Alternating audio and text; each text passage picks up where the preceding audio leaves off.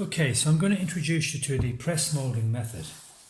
So, unlike slip casting, where we poured liquid clay into the mould, with this method we roll out sheets of clay and we press them in. This was the body of the doll that I cast before. So it's exactly like it says. You just press it in, firming it down into all the little detailed areas.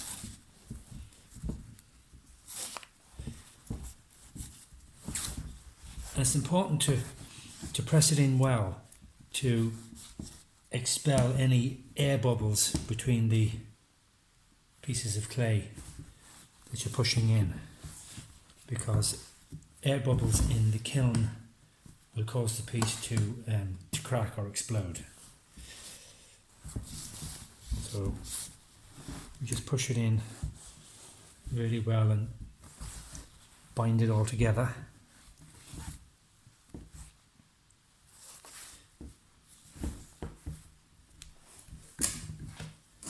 Now there's two ways that I do this method. Sometimes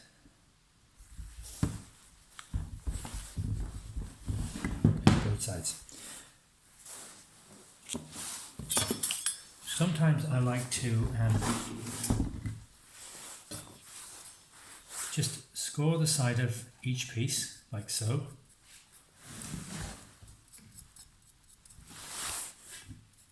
All the way around. And then just add some liquid, some slip. And the slip is like an adhesive. Okay, and like so. And you can put it on both sides, all the way around. And then you place the two sides together. You push them together.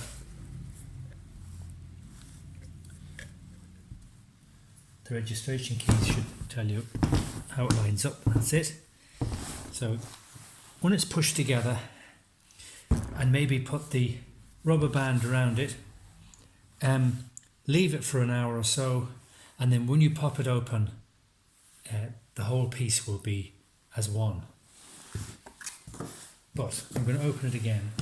It won't have stuck now. But another way that I like to do it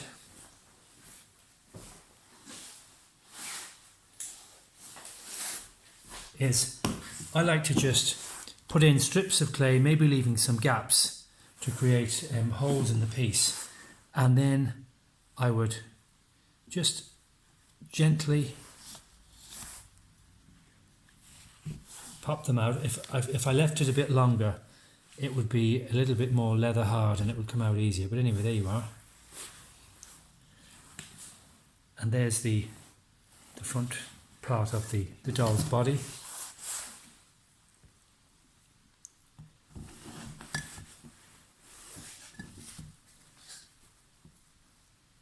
If the clay that you roll out is leather hard, which means it's not set, but it's not really soft either. So I can abuse it a little bit, taking it out. And there's the back. This gives me a chance to produce more pieces. If I wanted to mass produce these, rather than waiting for the slip cast method to soak and open it the next day, I can then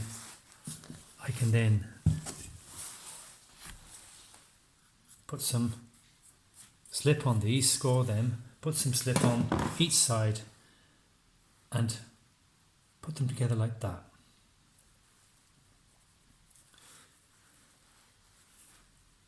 And when I've got slip all the way around, it'll ooze out, and then it can even be left for a while to set.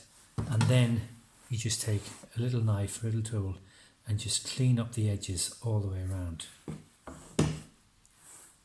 And that's a quick way if you want to mass produce pieces for a project.